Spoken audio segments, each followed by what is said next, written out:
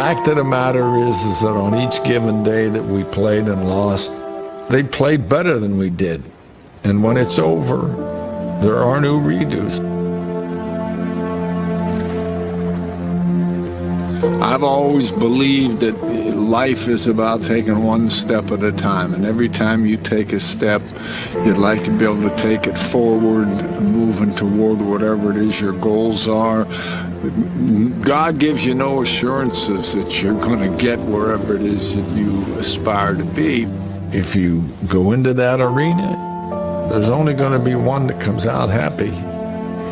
We ended up being the unhappy one. Do I like it? Hell no, I don't like it, but that's what it is. And you know what? You learn how to deal with that kind of stuff, because that's what life's all about. You're going to be a football player when you grow up.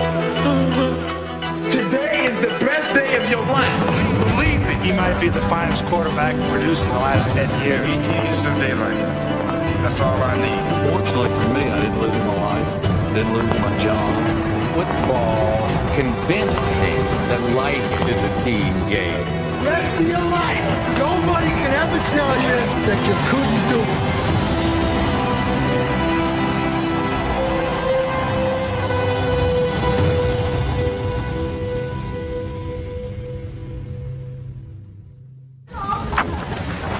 There it is, girls. Eat your heart out. Look at that. Papa, those are some sexy glasses you got. Honey, on was there. he a hunk? He was a hunk. How'd you take that photo? I stood on a chair and jumped off the chair and dunked the basketball. Win if you can, lose if you must, but find a way to get it done. There's a gleam, man. There's a gleam. Let's get the gleam, all right? Let's go. For 30 years as an NFL coach, Marty Schottenheimer chased after a world championship. When you look at that trophy, there's a reflection in that trophy. Ultimately, there's a gleam, man, that this is our goal. Perhaps he's remembered most for the ones that got away. But as head coach of the Browns, Chiefs, Redskins, and Chargers, he won over 200 games. At the end of the day, what you hope for is that you hope that you did your best, and then trust that in the fact that if you did your best, you're probably going to prevail. Papa can win the game right here. You want me to end it now? Close it out. Game-winning shot. Marty! Our state championship basketball team got 10 points and 14 rebounds a game out of your old man. Long time ago. Yeah, that's true. Marty grew up in western Pennsylvania, not far from Joe Namath. The two became friends on a college recruiting trip. We hit it off pretty good right from the get-go, and Marty ended up with the Buffalo Bills, and of course I was with the Jets, and we got to play each other a couple times a year. Yellow Dog 4? No, that was 6-1. Oh, 61. Our friendship grew in the off-season. Being two Pennsylvania guys ending up in Miami in the sunshine, we spent a lot of time together golfing, fishing. The big meal was at home. Pat would cook us some lasagna, would have a little salad, a couple pieces of bread. Joe is a very, very charismatic man. And I used to tease Marty and tell him Joe was the only other man that could eat crackers in my bed. That's all. I mean, that's good. I wouldn't be eating any crackers in bed, by the way. I think my wife, if she could have found a way to dump me, should have been after Joe. You know what? Joe. Don't feel bad about that. I'm sure there's a lot of women that were like that. Pat was a beauty, and she may still be. I haven't seen her for a few years. But, you know, if I'd met her before Marty and I wouldn't have developed any friendship. In 1965, it was Marty who got the girl, while on a spring break trip in Florida. I said, would you like to go out for dinner tonight? And she said, well, yeah, that'd be fine. And he came at the appropriate time, and there was a knock on the door. And he said, hi, I'm Marty. Is Patty here? I'm the only one here right now. I said, they'll be back in about half an hour if you'd like to come back. Okay, I'll do that. And he left. Pat in this bathing suit, two-piece, hot orange, dynamite. And the fact of the matter is that I never really looked above her neck, maybe once or twice the whole time we were together on the beach. So that's kind of the reason that I gave her that I failed. Of course, it annoys the heck out of her when I tell the story, but that's the truth. Schottenheimer won a championship his very first year with the Bills, but the length of his career wasn't as long as the name on his jersey. After 6 years of playing professional football, he started to look for another line of work. I was going to be a real estate baron, and the only baron I got was B-A-R-R-E-N, baron. Yeah. No money. Eventually, he decided to try coaching. His first job was with the Portland Storm of the World Football League, which went bankrupt. We had no money. We didn't get paid. Pat's mother sent us cash for Christmas that year so we could afford to buy Christmas gifts for our children. I mean, it was a mess. I was working 9 to 5, and he was home babysitting the children. It was a very hard time for him. We sent letters out to everybody in the NFL, every college that had an opening, and at the same time he was changing diapers, fixing lunch. I think his confidence was just at the bottom. After a chance meeting with Giants head coach Bill Arnsparger, Schottenheimer's life changed forever. He said, Marty, I'd like you to come to work for the New York Giants.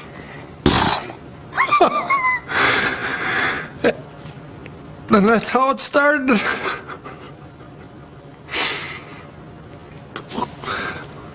We were that far from the bottom. He said to me, you know, I can't believe this. They're paying me American dollars to support my family, to do something I love and something that I'm really good at. And I thought, okay, here we go. Coming up, Marty Ball. You know, we're going to run power, and then we're going to pick them up, and we're going to run it again, and we're just going to keep running it until we wear them out. Light the ignition, men. Light the ignition. Let's get this rocket ship going up now. Let's go. The peak of the mountain's in sight. You gotta keep climbing. Do not underestimate the power of the human will. Go back. He would always say, you know, I'm just an English major. Well, that English degree allowed him to communicate with his players. Marty Schottenheimer's pep talks are legendary. But nothing says Marty better than the brand of football that came to define him. I think most people, they look at me and they say, well, Marty Ball. Lindy, any thought about trying to run a little bit? Run the ball. We're going to keep pounding and wear them down. Grind them in the damn dirt. Power, football. That's Marty Ball. You run it, then run it, and then run it again. And then, okay, we can throw a pass. But after that pass, let's run it, and then run it, and run it again. That's Marty Ball, to wear you down. Marty once told me that when he's dead and gone, he wants power on his tombstone because that was his favorite play. Power roll. They got the guard around. You knew it was going to be a physical game, and that's how Marty loved it. That's Marty Ball. Can't handle me. He's a little boy. Tough, downhill, smash mouth football, and I tell you, it worked. Stay after him. Wear him down. Break him. Break him. At the end of the day, Marty Ball is finding out what your players do best and do that. Run it if that's what you do best, which is generally what we did best. If the passing game is far better than the running game, then do that. Bernie Kosar beat the blitz. Take that blitz and stick it up your Jerry Glanville. That gives you a far greater chance of succeeding at the task. It's all about winning. Schottenheimer was confident in his ability. In 1984, when Browns head coach Sam Rutigliano was fired after a 1-7 start, Schottenheimer, the defensive coordinator, refused the interim head coaching job. Well, Art, I said, I'm flattered that you would offer me this opportunity, but I'm not interested in a job on an interim basis. And Art said, what do you mean? He said, I'm not coaching this team for a half a season. He said, the players are going to know that I'm not guaranteed to be back next year. They're not going to listen to me. I'm not going to be able to motivate them. I'm not taking it. Get somebody else. So Art said to me, the kitchen. So we go out into the kitchen. He said, what do you think? I said, don't call us bluff. I said, frankly, that stand even impresses me more. So he did. He gave him a 3-year contract. Marty Ball was born. Cleveland won 4 of its last 7 games and captured 3 consecutive division titles. Kosar fakes a handoff to Dickey, going to throw, wants all of it, deep down the left side. Slaughter open, 5, 4, 3, 2, 1, touchdown Browns! And the Browns are the AFC Central Division champions. But in the postseason, something always seemed to go wrong. In his first playoff game, Schottenheimer watched a 21-3 third-quarter lead vanish against the defending AFC champions. We're an 8-8 team that got into the playoffs. We had a pretty good team, and I think that you could see that we were building something. The next year, Schottenheimer's Browns won the AFC's top seed, but suffered one of the most agonizing defeats in football history. The drive. And the Broncos are 98 yards away from where they need to go.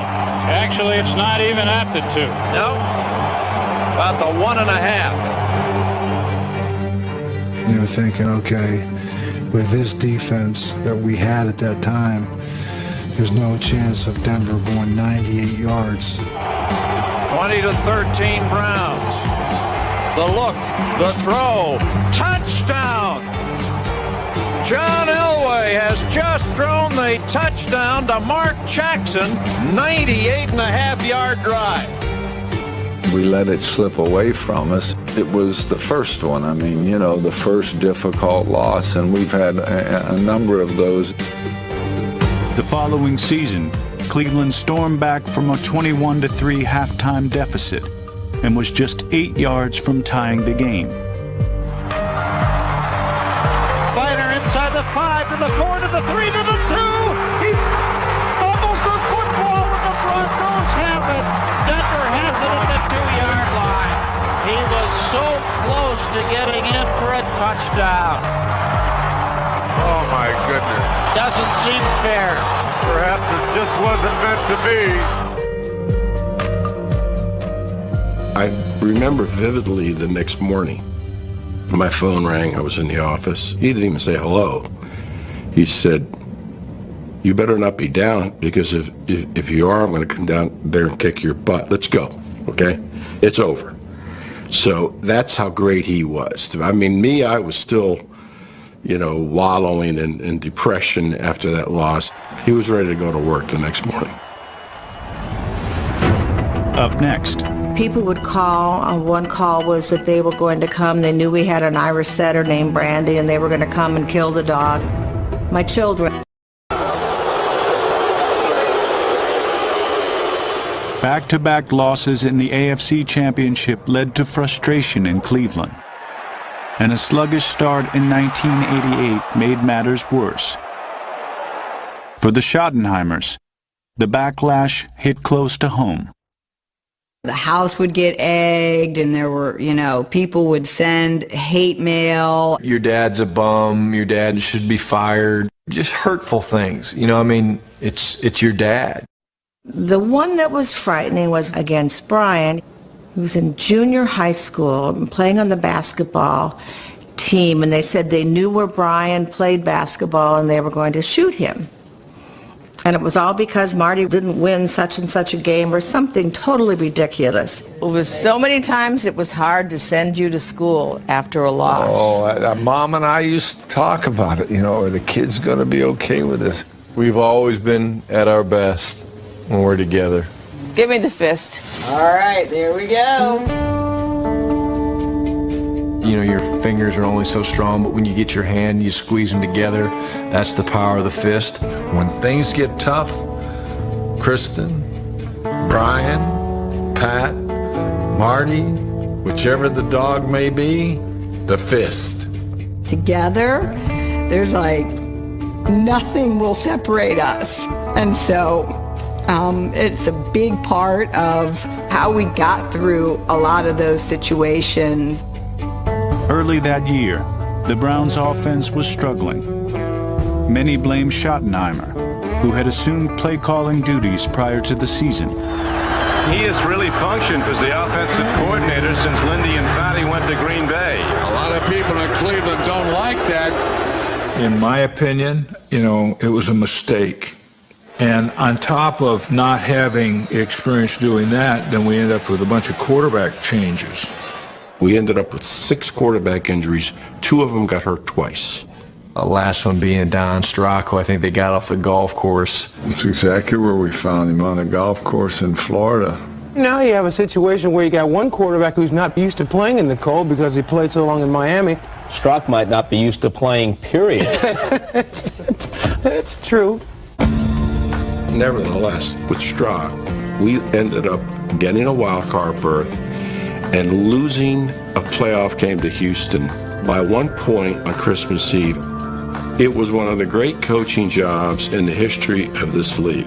When you consider that they went from Kosar to Danielson to Pagel to Strock to Kosar to Strock to Pagel, it's kind of remarkable they even went into the playoffs.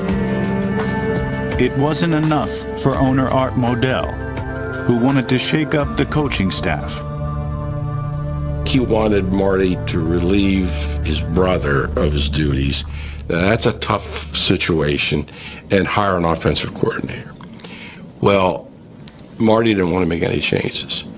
In my job, I should have been able to keep the peace there, and I failed that. And they ended up just agreeing to part, and Marty had a job within 24 hours. All right, men, let's go. Let's meet our standard or exceed it. Coach Dungy, you're the most flexible DB we have out here. Marty was the most detail-oriented coach I've ever been around. You were short on your route. That is a 16-yard route. The difference between being lined up at 9 yards, like the book said, and 9.5, might be the difference in stopping a play for a first down. You don't stop at the 5-yard line, or I'll put somebody else in the game to score the touchdown. He wanted everything to be perfect and precise every single time. All right, here we go. I'll never forget, we was on the field for 3 hours one time, and then he said, you know what, we're going to take it from the top. And he started over from one lap around the field to the stretching. So we practiced 6 hours. But that's Marty Ball. Coaches like Tony Dungy and Bill Cowher were held to the same standard. Make sure we got 11 out there, Tony. Count them. Billy, young quarterback, mix your coverages, including your blitz. Mix some zone in there from time to time. Everyone had a responsibility, and you were held accountable for that. Gotta stop him, Billy. Mix it up, Billy. Now listen to me, Billy. One play at a time, Billy. Billy, are you allergic to zones? He was going to make sure you had your bases covered, but it was all about trying to find ways to get that going. The turnaround was swift. Prior to his arrival, the Chiefs had 2 winning seasons in 15 years. In the 90s, no coach won more games than Marty Schottenheimer. Hit at the goal line, ball charge free, touchdown Kansas City. Christian, get your pads down and make a hole if there isn't one. You know, it became another place where, with Christian Okoye and Barry Word, we became a defensive running football team. The Nigerian Nightmares, steamrolling, bulldozing, he would not be denied. That's the way to go. Didn't come here to f***ing play patty cake. The offense changed some in 1993 when the Chiefs traded for 37-year-old quarterback Joe Montana. How are you, sweetheart? That was the Beatles landing. I mean, it was so huge in Kansas City. Talking all week about Montana. Montana's in town, baby. Are you all right? You're not gonna fire my ass if you go down, because I promised them you were from Western Pennsylvania and you wouldn't go down. Part of that equation, too, we acquired in free agency Marcus Allen at the same time. All of a sudden, Joe and Marcus just took everything to another level. And folks, as they say, this could be the start of something big. Allen and Montana were the 2 biggest names on a playoff-bound team, followed closely by Schottenheimer.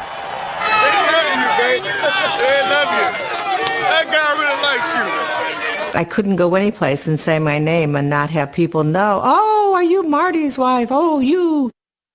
The name they once had to defend with a fist had now inspired a polka. Hey, buddy boy, you don't know anything about the Schottenheimer polka, do you? Schottenheimer polka. Oh, geez, yeah. Marty, this dance is for you. Schottenheimer, Schottenheimer, Schottenheimer polka. Marty's game plan is the baddest, that's no joker. No go. You're looking at exclusive video of Monica's dancing dad performing the Schottenheimer polka. He had a polka song. And it was catchy, it was kitschy, it was fun. 1, 2, 3, kick, split, and 3, nick. Schottenheimer, Watzenheimer, Schottenheimer polka. Marty's game plan is the baddest, that's no joker. Very popular in Kansas City. Around Christmas, all they played were polkas. And of course, every 5th polka was the Schottenheimer polka.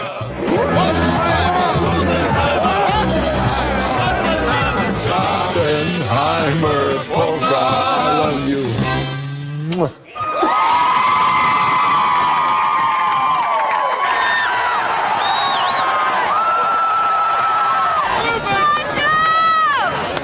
Fourth and goal.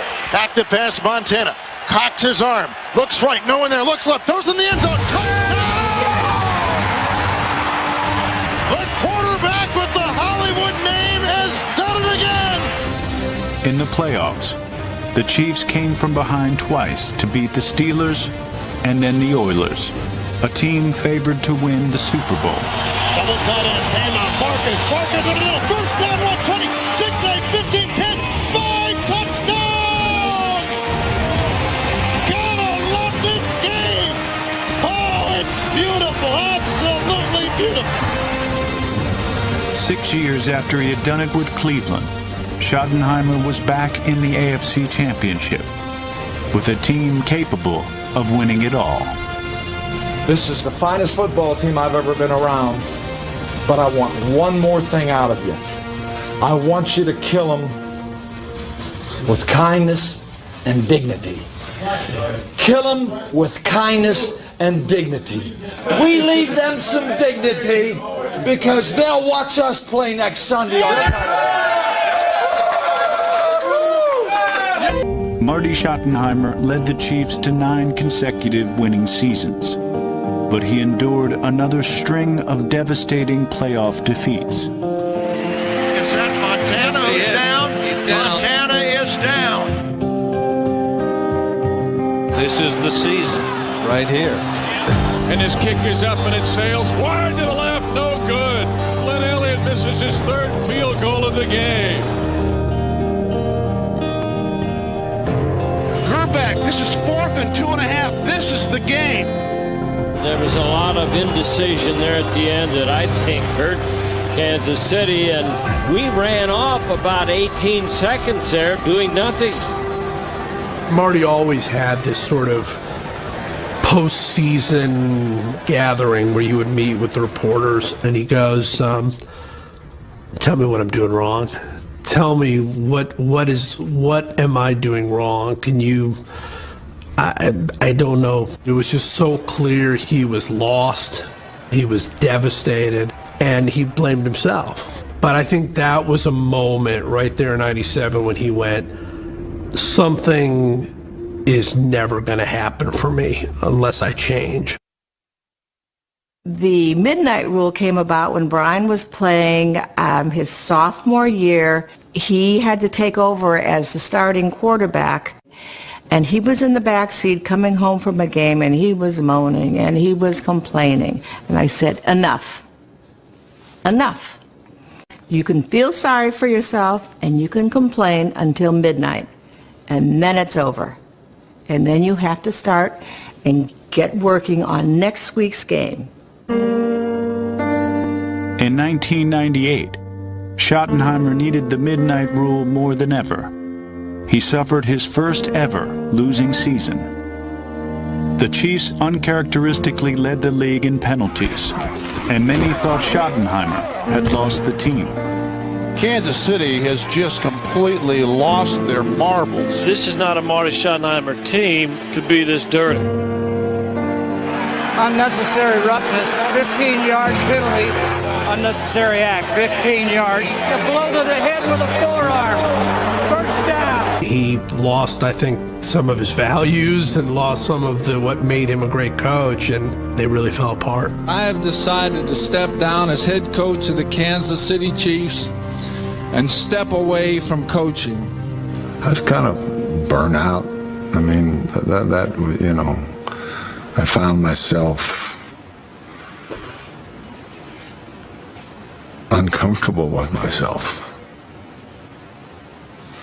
And it was the biggest mistake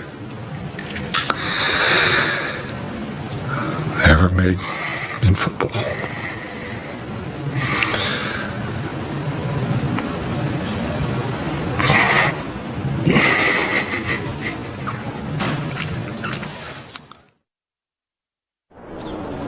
Okay, let's go, gentlemen. Oh, short. Story of my life. Don't hit the ball. Swing the club hits the ball. You just go like this and like this. Yeah, like open the door, close the door. All right, son. Tempo. I'm old enough you can't coach me anymore. He's always coaching. As I got a little bit older and actually could compete with him, the rule was, look, you can't say anything to me. Don't tell me about my backswing. Don't tell me about loosening my grip. Say nothing. The club hits the ball. You swing the club. I'm done coaching. Yeah, right.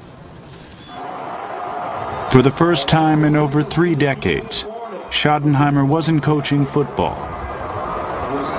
Do whatever they like with it. Well, how about an owner like Daniel Snyder? And when I say that, I mean a man who's notorious for his hands-on approach with the team. Could you work for somebody like Daniel Snyder? No, I don't think so. Our styles of operation are very different. But when Redskins owner Daniel Snyder offered him both head coaching and general manager duties, it was an opportunity he couldn't resist. The organization is set up in such a way that I report to Daniel, and if indeed we have an impasse, then I ultimately will make that choice. Is that accurate, Dan? That's very accurate. Schottenheimer had total control, but his obsession with detail didn't sit well with some future Hall of Famers. One of the things Marty does is he treats all the players the same.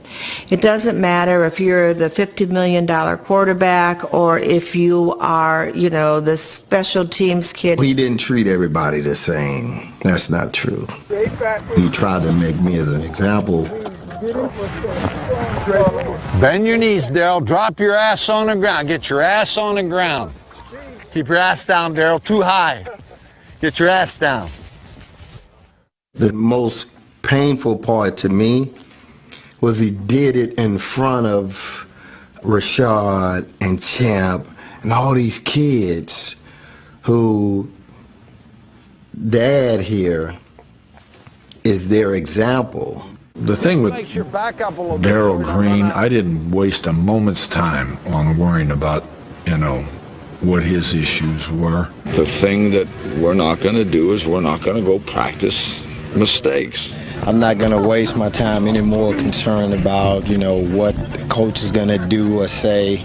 And I'm really sick of it, actually, if you want to know the truth about it. You're going to go us 2-a-days every day, no days off for 8-10 days. I think it's idiotic. They're extremely difficult. Probably the hardest training camps that I've ever been exposed to.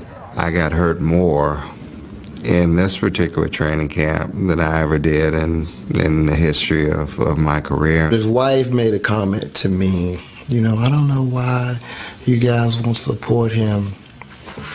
And I told her this, your husband doesn't realize that we're not in Kansas anymore. Schottenheimer remained steadfast, but the Redskins started 0-5. Unbelievable. Not many times in Marty Schottenheimer's career where he has been booed into the locker room. Understand me? It took us the first 5 games to start understanding how we had to fit into the system. He was extremely consistent. He continued teaching, even under those adverse circumstances. And as a result of that, we played extremely well in the second half of the season. Washington won 8 of its last 11 games.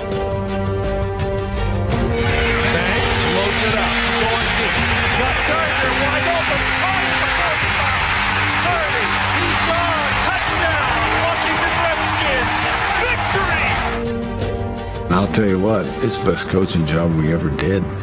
Better than any of those championship teams, those division championship teams that we had. Quite frankly, I thought I was going to be able to keep him as my head coach, but I actually had him over my home and said, hey, Marty, what I want to do is break up the 2 roles. I don't think you can be GM and head coach. And he said, well, that won't fit. And we parted ways.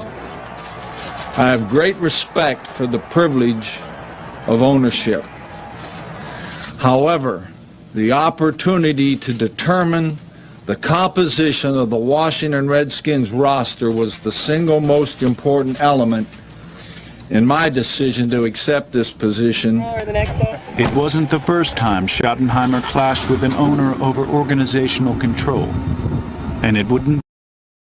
One play at a time has always been my theme. One play at a time. One play at a time. One play at a time. Just taking it one play at a time. Always one play at a time. One play at a time for as long as it takes. So that you can focus on the task for the next thing and not worry about the result from the last one. Look at me, Derek. You got to forget it. If you don't forget it, it'll gnaw at you. It'll take away your ability to do what you need to do in the overtime.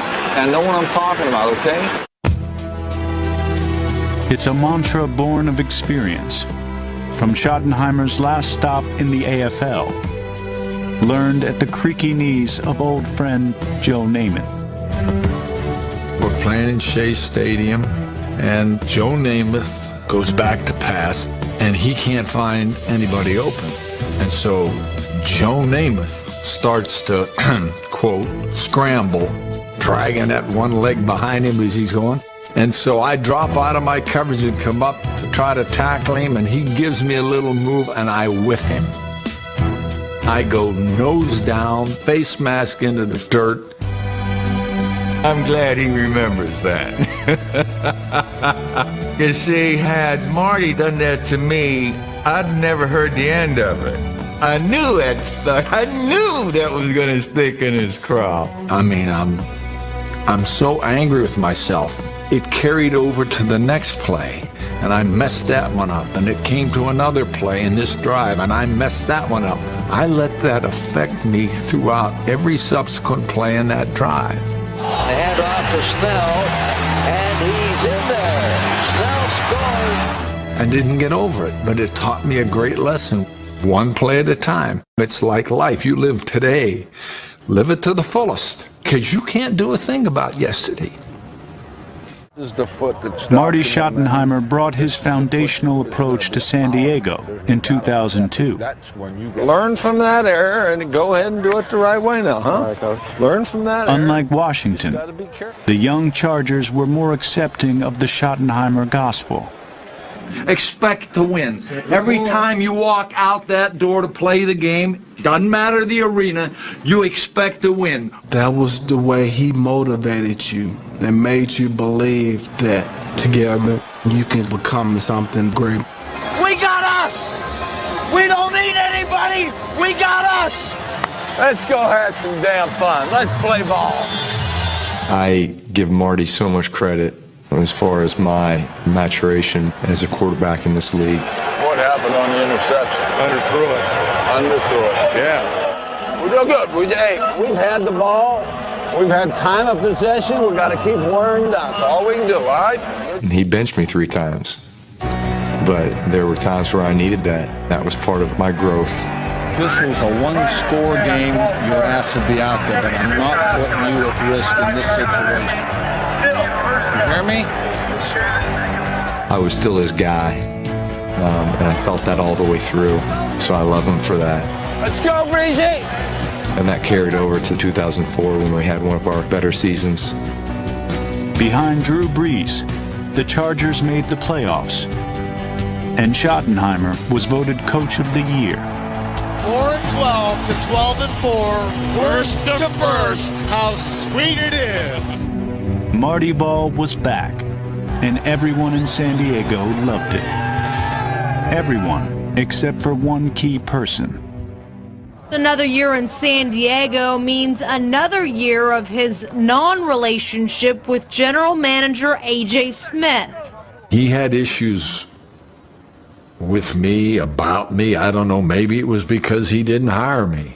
As best I can tell, AJ got to a point where he didn't trust Marty.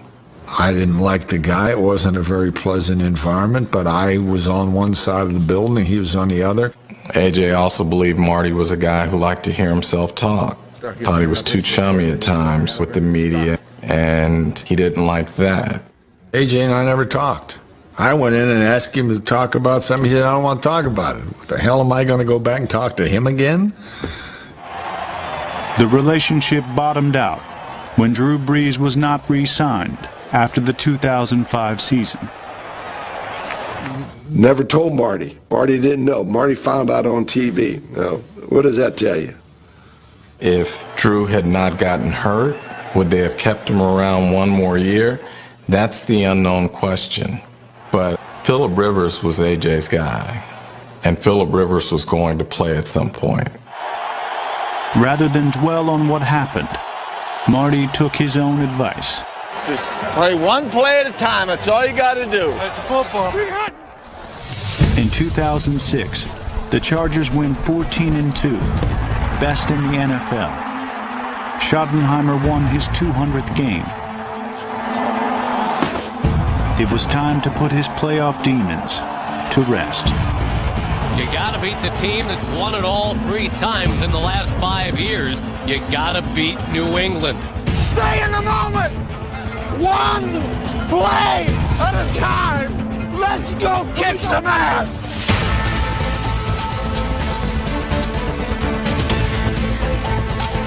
And you had Danian Tomlinson, who was running the ball really well the first half. Thought we got away from the run a little bit. I think that we should have played more Marty Ball. Instead, the conventional coach turned riverboat gambler. 4th and 11 now. 4th down. Go for it. Go for it, Cam. Go for it. Go for it, Cam. You're on the 30-yard line, coach. The 4th and 11, it was, a bit weird for Marty. Get an offensive play ready. We're going for it. We're going for it on 4th down. You can't make a field goal from right here? That is right on the mark. But maybe at that time, Marty was thinking he needed to do something different. He said, hey, look, I believe in you guys. I believe in my players. And you know what? We didn't execute. And instead, Draper forces the fumble, and the Patriots are taken over. Damn it! It was so out of character, but they were so talented that they were able to overcome that. And if not for the bonehead play at the end, they still win that game. Brady gets it away. It is bobbled and picked off. Marlon McCree. The Chargers have the ball back. Oh, I think McCree fumbled it. Oh, New England. New England's got it back at the 32. McCree dropped it as he was hit. At the end of the game, you're winning the game. You don't need to make a play. Fall down. The game's over. But instead, he gets knocked out and fumbled, and now New England gets it back and ends up winning the game. And now all of a sudden, it's Marty Schottenheimer's fault, which is so ridiculous. It was stupid. Put it on me. I'm his coach, and he... You can't control him all the time. Having worked with Marty, I know that had to eat at him because I know they've covered that situation. That's something that we practiced. And it's something Schottenheimer emphasized right before the game. Make sure now when you get the interception at the end of the game that wins it, you just go down on the ground and the hell with all that running around, all right? Patriots have won the game. It is a shell-shocked crowd here as the sun sets in San Diego. 1 month after the loss to the Patriots, 1 month after finishing with the best record in his career, Marty Schottenheimer was fired. It's unconscionable that a head football coach gets relieved of his command after he's 14-2. It's got to be the only time in the history of the NFL that I know of. We need to figure out as an organization and team to make headway in postseason. It was a very unique situation to be in where you're actually winning on the field, but yet your general manager and head coach were not seeing eye to eye. Ultimately, we couldn't continue. It just didn't work. I think Dean was tired of the dialogue and decided to go in another direction. I was furious. I felt like the organization was breaking the team apart, and that was very unfair. You'd like to think that when you do it well enough to get to the playoffs that many times, you ought to be able to do a better job, and we didn't. We clambered at the bottom of the rung where we could see it, but we couldn't get to it. Coming up. You're going to sharpen some sticks? With what are you going to sharpen them? Wait a minute now. Does Grandma know you have a pocket knife? Bottom line, did they ask you who the boss was? I think we talked about who was in charge. It was clearly Mom. Yeah, no doubt. Sorry, bro. Hey, I admit. What do you think? I'm stupid? I do what I'm told. Marty? Yes, ma'am. Kiss on the puppy. Okay. All the players through all the years have always called her Big Pat because she definitely wears the pants. Well, I think we're going to the house first. We don't do anything without talking with the Secretary of War. I don't mean to sound like I'm submissive. I'm not submissive, but the reality of it is that she drives this wagon that is the Schottenheimer life. This could drive you back to coaching.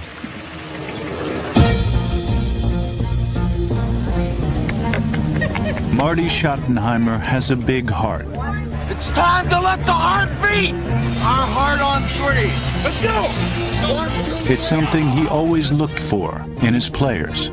When you step across the white stripe, the only thing that matters is that 6 inches between your backbone and your breastbone.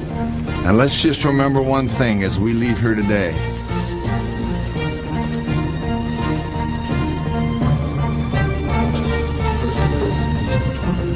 Chargers heart. You could tell whenever he was speaking to you that it was coming from the heart. And many speeches would come to tears. Even if there's no one in it, a house is a house. But it becomes a home when you fill it with people you care about. He could give you a passionate speech on peanut butter, and he would well up. But I love the guy for it because he conveyed to you a passion for football. Hey, let's go. This is football, man. This is why we're out here. San Diego was Schottenheimer's last stop in the NFL. But his legacy lives on through his son Brian, the offensive coordinator for the Rams, and previously the Jets. And look at that. Look where we are now. We got to go get us a damn Super Bowl, period. That'd be unbelievable. I'd love more than anything to give my father my Super Bowl ring. That would mean more to me than anything. Yeah. And I'd make him take it. In the 2009 playoffs, Brian Schottenheimer's Jets faced his father's old team. Hey, tell Sean Green to get his pads down and be ready to cram it. The touchdown that put the Jets ahead and the 4th down conversion that sealed the win were both versions of Marty's favorite play. All right, let's get the first, baby. Let's go. We're going for it. The minute he said we're going for it, there was no question it was going to be 40 blast. Power was another way of saying it, but it was one of those plays that throughout the years, Ernest Biner, Marcus Allen, when they were in a gotta-have-it situation, they were all running that play. Power O ought to be a good play. 4th down and under a yard to go. Sanchez gives for Jones, running right. He's got it! First down! That's a football game! That's New York Jet football! That's New York Jet football! It was pretty special. We had not only won, but we won with a play that my dad just loved. Afterwards, I wanted to call him. And the first thing that came to my mind when he said hello was, "This one's for you." Hey, Coach. How are you? How you doing, sir? Good Not bad for an old guy. At the age of 67, Schottenheimer returned to coaching with the Virginia Destroyers of the ill-fated United Football League. When he took that job, I said, "What in the hell are you doing?" And he said, I miss it. I love teaching football. He brought together all these people who weren't getting paid, who Marty was paying out of his own pocket, even though he wasn't getting paid, and he won a championship. Great for him. Yes, sir. Thanks very much.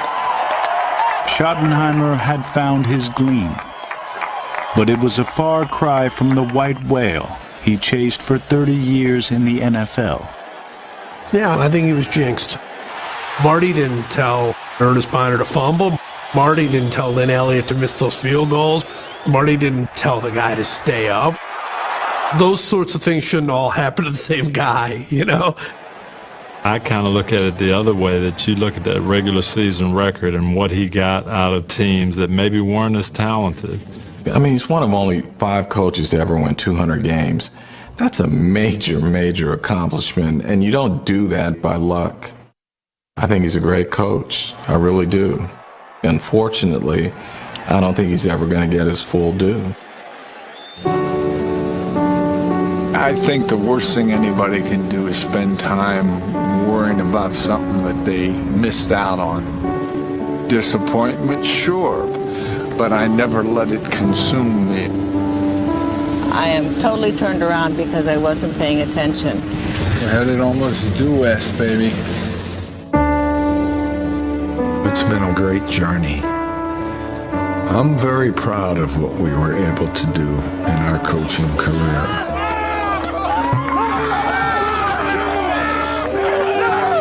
He touched and influenced so many people along the way. The people that have coached under him, Tony Dungy, myself. There's a piece of him that's in all of us. One play at a time. One play at a time. As good of a head coach he was, I think he's a better person. I've got a grandson. I know he's an amazing father and grandfather. Go Papa kisses!